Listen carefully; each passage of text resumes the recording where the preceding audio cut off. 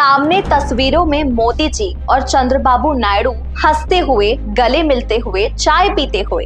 लगता है सब कुछ ऑल इज वेल, लेकिन हकीकत कहीं और है, वही बताने में आई।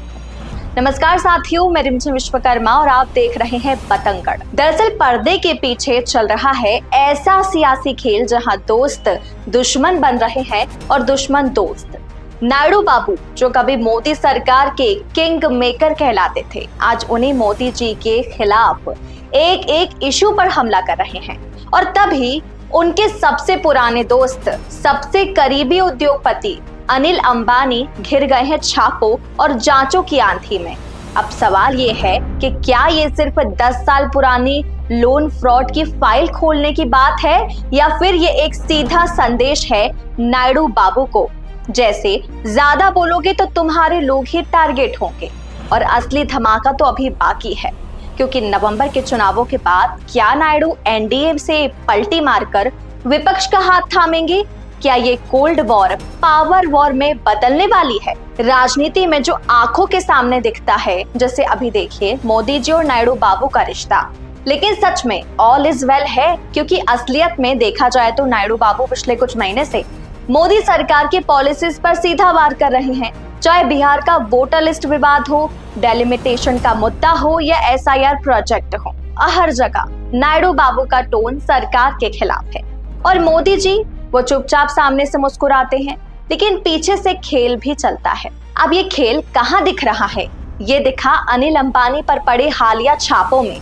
अनिल अंबानी रिलायंस इंडस्ट्री के दिग्गज मुकेश अंबानी के छोटे भाई, कभी मोदी जी के फेवरेट इंडस्ट्रियलिस्ट रहे थे। याद कीजिए राफेल डील, संसद से लेकर सड़क तक सवाल उठे, लेकिन अनिल अंबानी को फायदा दिलवाने में मोदी जी पीछे नहीं हटे। नागपुर में डिसॉल्ट के साथ उनका जॉइंट वेंचर खड़ा करवाया, जबकि उस वक्त अनिल अंबानी पहले से ही भारी कर्ज में डूबे हुए थे। लेकिन आज हालात पलटे हुए हैं। 9-10 साल पुरानी लोन फ्रॉड की फाइल अचानक रीओपन हुई। ईडी, सीबीआई, इनकम टैक्स सब मिलकर अनिल अंबानी को घेर रहे हैं। सवाल ये है, इतने साल तक फाइल दबाकर रखने के बाद अचानक अब क्यों?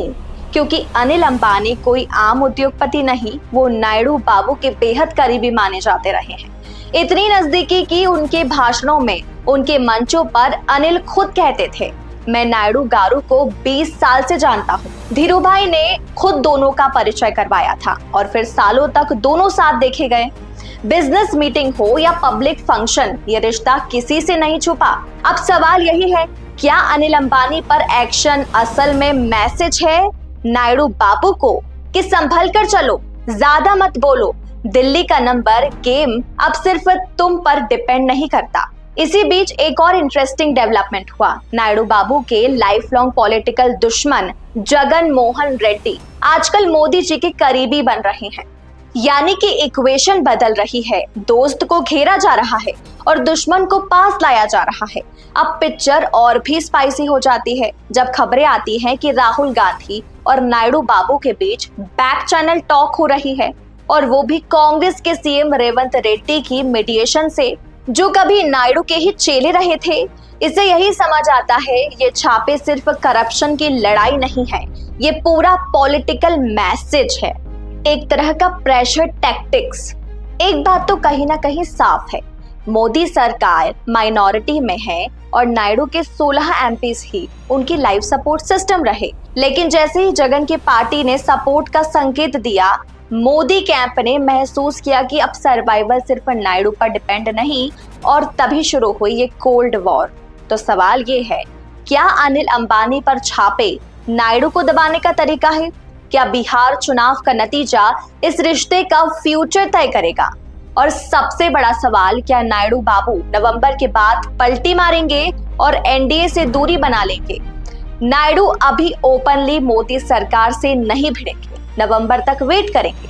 लेकिन अगर बिहार के नतीजों में बीजेपी कमजोर हुई तो नायडू विपक्ष की तरफ भी पलटी मार सकते हैं।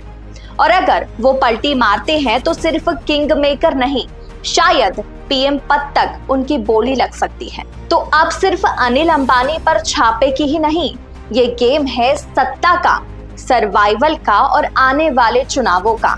आप लोगों को क्या लगता है, ये रेड्स सिर्फ करप्शन पर एक्शन है या फिर असली खेल नायडू बाबू को कंट्रोल करने का है?